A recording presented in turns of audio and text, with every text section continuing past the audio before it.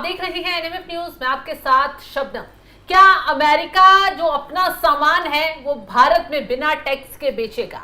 क्या zero tariff वाला जो फॉर्मूला है वो ट्रंप भारत में लागू करने वाले हैं?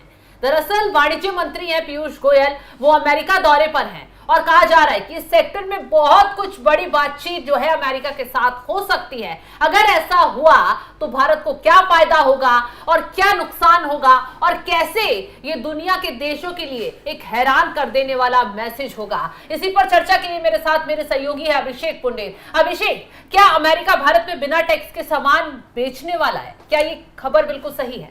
देखिए, अगर अमेरिका के राष्ट्रपति खुद इस बात को कहें तो इस बात पर चर्चा करना जरूरी हो जाता है, क्योंकि डोनाल्ड ट्रंप इस बात को कर रहे हैं। हालांकि मतलब कहना नहीं चाहिए इस तरीके का, लेकिन ये जो आदमी है इस वक्त पागल हो चुका है पूरी तरीके से। झूठ बोलने की जो क्षमता है वो उम्र के साथ साथ लगातार बढ़ती जा रही है। भारत और पाकिस्तान का जो सीज फायर हुआ उस पर भी इस आदमी ने किस तरीके से क्रेडिट लेने की कोशिश की वो आपने देखा। मिडिल ईस्ट का दौरा जैसे पूरा हुआ, लगभग $2.5 ट्रिलियन जैसे ही वहां से उगाही की वैसे ही बयान बदल गया, पलट गया आदमी कि नहीं मैंने मध्यस्थता नहीं करवाई। हाँ। फिर पलटा आदमी 2 दिन के बाद कि मुझे क्रेडिट नहीं दिया हिंदुस्तान ने, इस बात से मैं नाराज हूं। अब देखिए, अब मुस्लिम देशों से जब ट्रंप वापस लौटे तो उन्होंने फिर से ये बात दोहराई कि मध्यस्थता जो हुई है वो बहुत अच्छी बात है, हमने भी इसमें बढ़ चढ़कर बातचीत करने की कोशिश की। डायरेक्ट ये मैसेज नहीं दिया कि हमने मध्यस्थता कराई, वो इनडायरेक्टली कहते हुए नजर आए कि हमने बातचीत की कोशिश की और बहुत अच्छा हुआ, दोनों देशों के बीच जो है ये संघर्ष विराम रुक गया। उसी तरह ये जीरो टैरिफ की बात कर रहे हैं। हाँ, पहले इन्होंने कहा कि हाँ हम जीरो टैरिफ के लिए तैयार हैं, लेकिन अब ये कहते नजर आ रहे हैं कि दोनों देशों के बीच डील के लिए हम आगे बढ़ रहे हैं अगर भारत सहमत होता है तो। देखिए, जीरो टैरिफ को अगर हम आसान भाषा में समझें तो फ्री ट्रेड इसे आप कह सकते हैं। हाँ। डोनाल्ड ट्रंप ने 15 मई को क्या कुछ कहा, भारत ने हमें डील ऑफर की है कि वो अमेरिकी सामान पर टैरिफ खत्म करने के लिए तैयार है। क्या ऐसा हो सकता है? मतलब नहीं हो सकता। भारत और अमेरिका के बीच 119 बिलियन डॉलर का व्यापार है, जिसमें से $86 बिलियन का सामान भारत भेजता है अमेरिका। लगभग 7.5 लाख करोड़ रुपए का सामान अमेरिका भेजता है। उसके बाद आप जो बचता है वो अमेरिका भारत में भेजता है। तो मतलब ट्रेड फ्री कहना गलत है। अच्छा, ये जो शिगुफा है क्यों छोड़ा गया होगा मैं आपको बताता हूं। जब ऑपरेशन सिंदूर चल रहा था, मतलब 22 तारीख में पहलगाम में हमला हुआ था और वो शायद 30 अप्रैल के आसपास की बात है शायद, या फिर 1-2 मई के आसपास की बात है, उसी दौरान की बात है। तब भारत लंबे वक्त से ब्रिटेन के साथ फ्री ट्रेड एग्रीमेंट पर काम कर रहा था। मतलब कितने लंबे वक्त से, तो 3 साल से इस पर चल रही थी और दोनों देशों के बीच लगभग 12-13 मुलाकात हो चुकी थी। वो डील ऐसे वक्त में साइन होती है, पास हो जाती है जिस वक्त भारत के और पाकिस्तान के बीच टेंशन चल रही थी।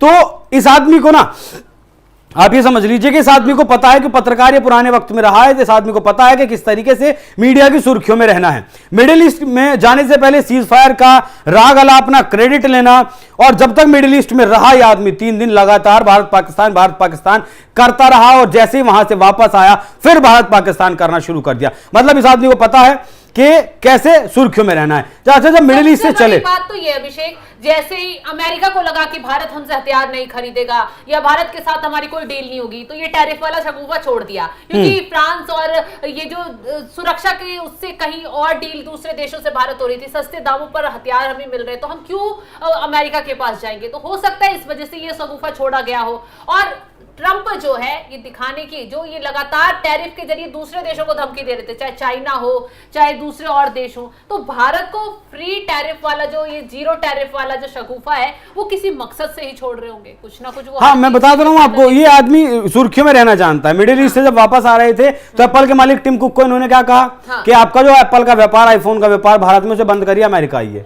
हालांकि वो होना संभव ही नहीं है, क्योंकि 5 साल में हिंदुस्तान में सप्लाई चेन बनी है। अगर भारत में जितना आईफोन बनता है उसका 10% भी वो लेकर जाते हैं अमेरिका में, तो $300 बिलियन का खर्च आएगा, 5 लगे।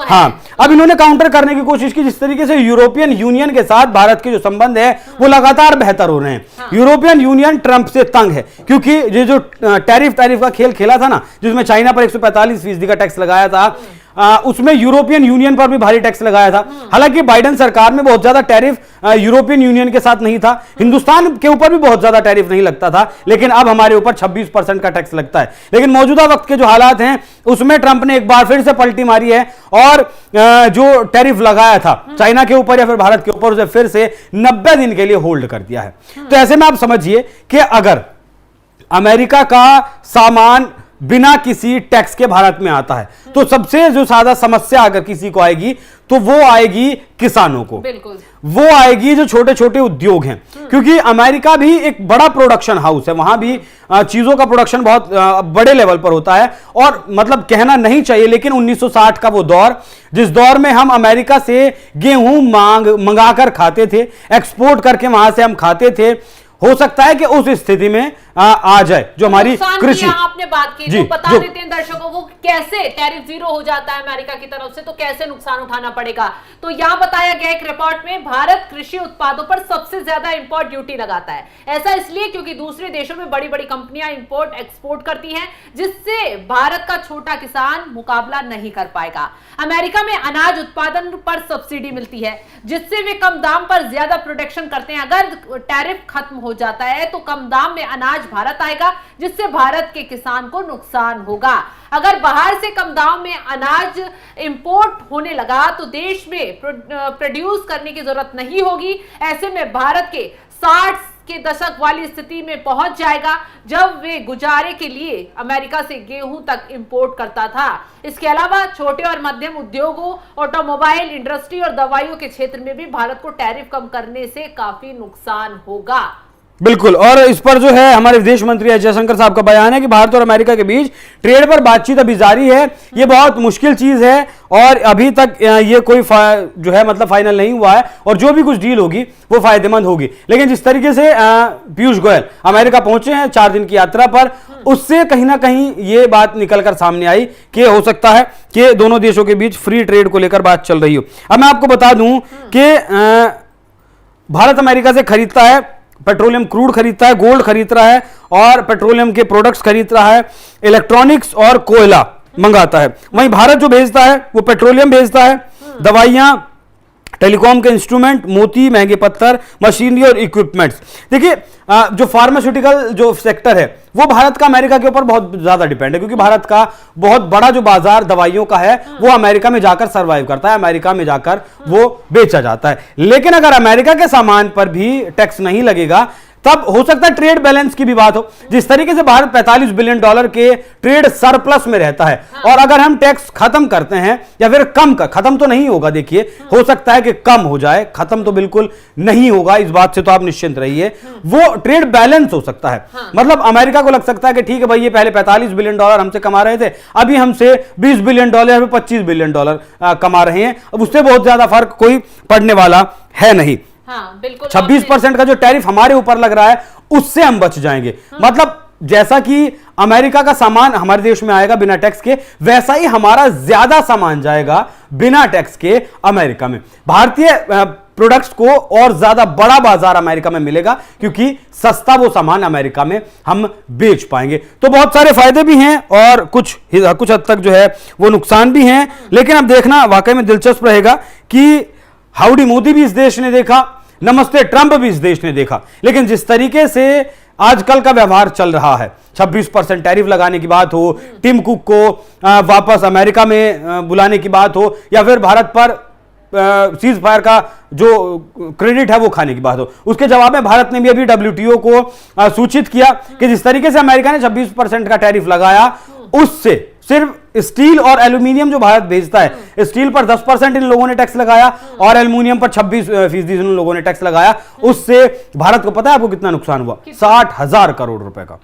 WTO को सूचित किया गया और एक 29 प्रोडक्ट्स की लिस्ट भी थमाई गई WTO को कि भैया इन प्रोडक्ट्स पर हम भी अब जो टैक्स है वो डबल कर रहे हैं। मतलब पहले जो 100% लगाते थे, अब उस टैक्स को हम 200% लगाएंगे। तो देखा तो व्यापार के बीच बातचीत, देखिए जैसे मैंने ब्रिटेन का आपको एग्जांपल दिया कि 3 साल में फ्री ट्रेड एग्रीमेंट की जो डील है वो 3 साल में साइन हो पाई है, 3 साल जो साइन होने में लगे। तो अभी भी बात चल रही है हालांकि भारत ने, आपको एक बार फिर क्लियर कर दूं कि फ्री ट्रेड एग्रीमेंट जैसी कोई बात अमेरिका के साथ नहीं कही है। बात चल रही है, कहां तक जाकर पहुंचेगी, कम होता है, खत्म होता है या फिर क्या होता है, वो आने वाला वक्त बताएगा। बिल्कुल अभिषेक, तो आपने सही कहा कि जीरो टैरिफ की जो बात कही जा रही थी उसको लेकर खैर बातचीत चल रही है। हालांकि भारत ऐसा कदम नहीं उठाएगा क्योंकि भारत कृषि प्रधान क्षेत्र है और कृषि पर बहुत से लोग यहाँ के निर्भर हैं और उसी को खतरा पहुंचेगा। नहीं, कृषि का जो मामला है वो संवेदनशील भी है ना शबनम। 2019 में हमने देखा किस तरीके से दिल्ली में प्रदर्शन हुआ किसानों का। उसके बाद भी लगातार आप देख सकते हैं कि हरियाणा और पंजाब का जो बॉर्डर था वहां भी लगभग साल भर किसान बैठे रहे। डल्लेवाल साहब जो हैं वो भी लगभग लंबे वक्त तक अनशन पर रहे। तो किसानों का मुद्दा एक संवेदनशील मुद्दा हमारे देश में है और उस मुद्दे के साथ छेड़छाड़ नहीं की जा सकती। किसी भी सेक्टर में आप फ्री ट्रेड एग्रीमेंट कर सकते हैं या फिर टैक्स घटा सकते हैं, लेकिन भारत सरकार किसानों के मुद्दे में बिल्कुल भी हस्तक्षेप नहीं करेगी, बिल्कुल भी नहीं करेगी। बिल्कुल, तो किसानों को लेकर कोई नुकसान पहुंचे या उनको कोई नुकसान हो तो ऐसा कोई फैसला मोदी सरकार नहीं करेगी। और अमेरिका खासकर जो अपने फायदे के लिए किसी भी देश को दोस्त और दुश्मन बना सकता है, वो भारत के साथ भी चालबाजी खेलने की कोशिश कर रहा है। हालांकि मोदी सरकार ये अच्छे से समझती है अगर जीरो टैरिफ का फैसला लिया जाता है तो डॉलर के मुकाबले रुपया बहुत ज्यादा ढीला पड़ जाएगा, तो नुकसान ज्यादा है, फायदे कम है, तो ऐसा कभी मोदी सरकार आगे कदम नहीं उठाएगी। फिलहाल आपको क्या लगता है, क्या भारत में अमेरिका को अपना हस्तक्षेप बढ़ा देना चाहिए? क्या जीरो टैरिफ वाला फैसला सही है या गलत है? कमेंट कर अपनी राय जरूर बताएं और तमाम खबरों की अपडेट के लिए आप हमारे साथ जुड़े रहें। नमस्कार।